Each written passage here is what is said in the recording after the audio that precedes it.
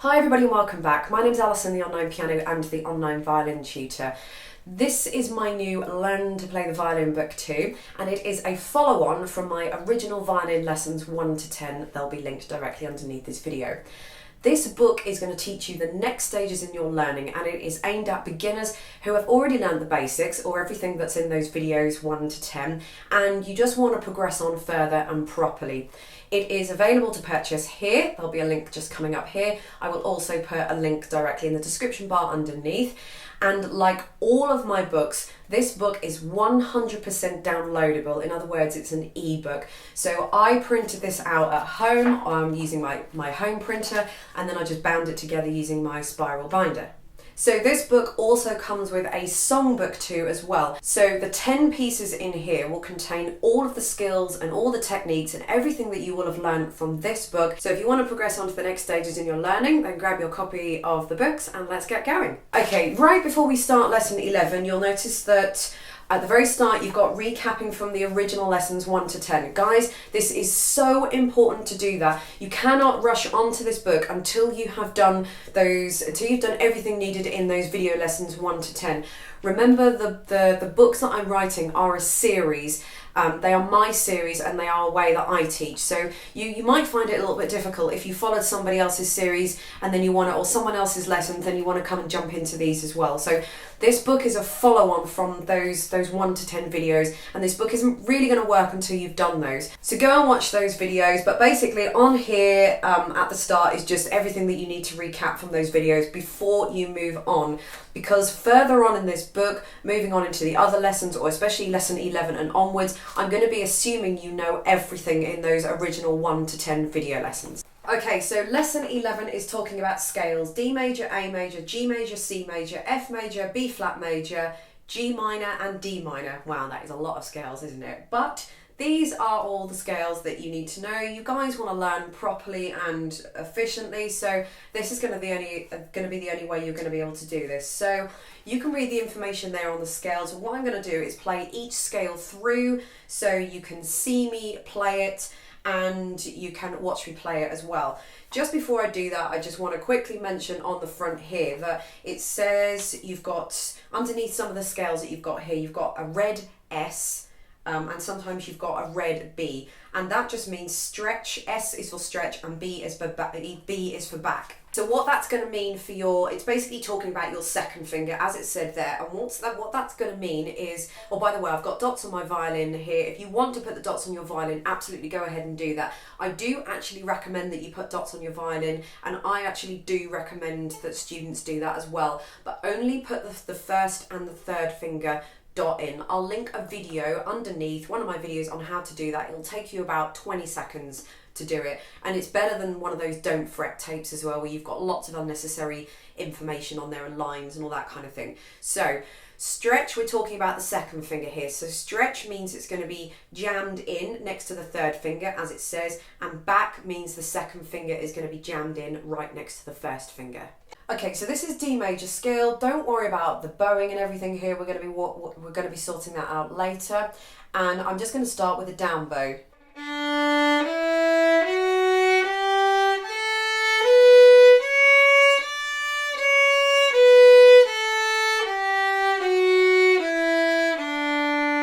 So remember, when you go up to the top of the scale, you have to follow it all back down again, but do not play the top note twice. Some people do.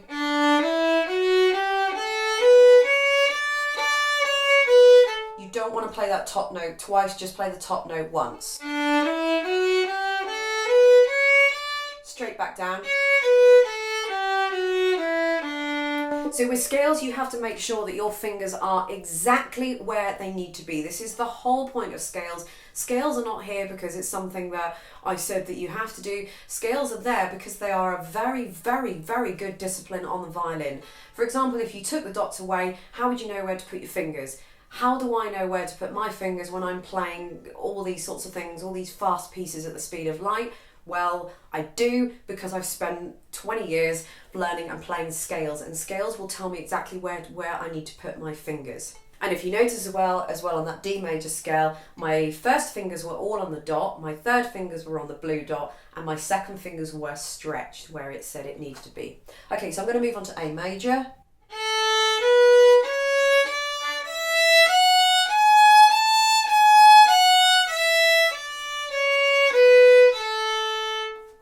And G major.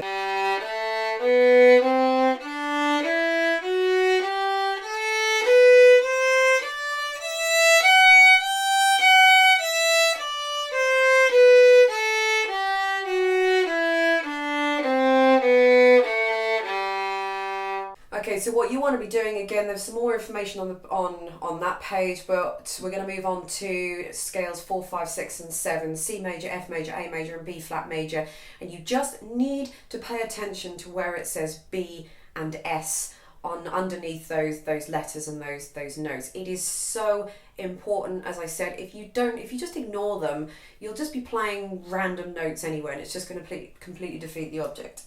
Okay, we're going to move on to C major now.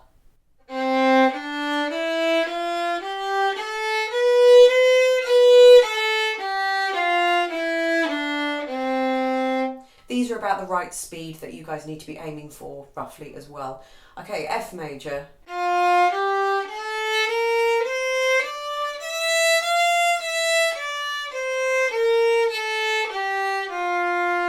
So when you've got a back for the first finger normally goes here, it means it's going to go all the way here. So almost until you can kind of feel the ridge of what we call the nut. So just before you get to the ridge. So if you slide your finger back, you want to kind of feel the ridge and hit the ridge, and that's pretty much where you need to put your finger. So when it says a 1 or when it says a B underneath 1, that's where it needs to be. Okay, we're going to do A major now.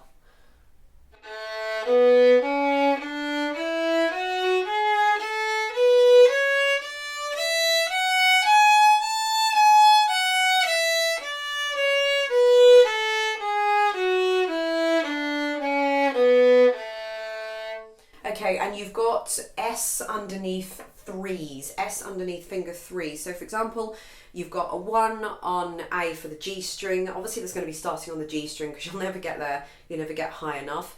The second finger for the B is going to be here, and it says you've got a C sharp with finger 3, and that's stretched. So instead of that being on the dot, it's going to be just slightly over the dot. So that's what a stretched third finger means. Just slightly over the dot. So if there's no S or B under a finger 3, then it's just going to be here. If that says stretched or S for stretched, then it's going to be just over the dot. And we're going to be doing a B flat major now. So a back, starting with a back second on the G string.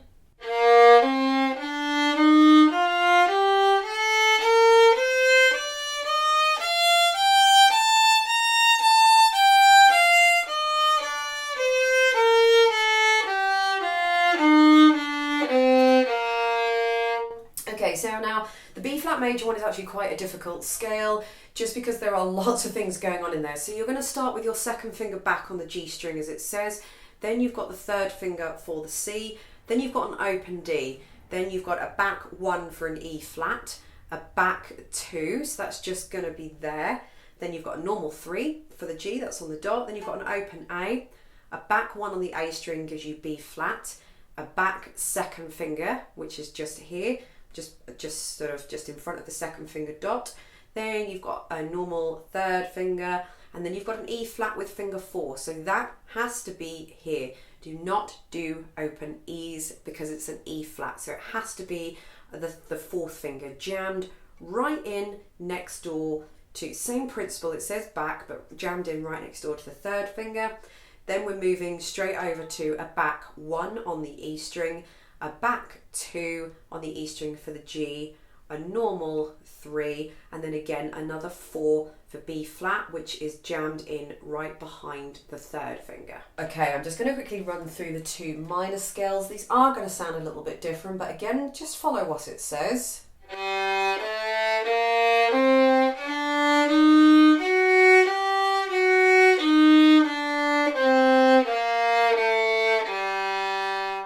D minor.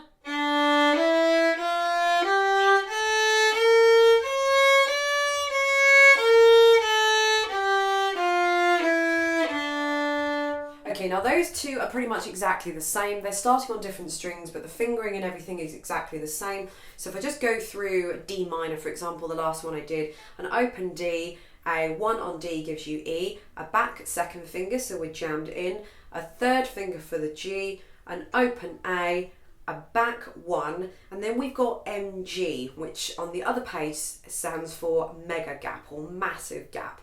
So we've got a back 1 for B flat, and then we've got a stretched second finger. I mean, just look at the width there. So a back 1, and then the second finger is stretched all the way up until almost the third finger dot, and then the third finger goes on the dot for the D. So can you see how big a gap you've got there?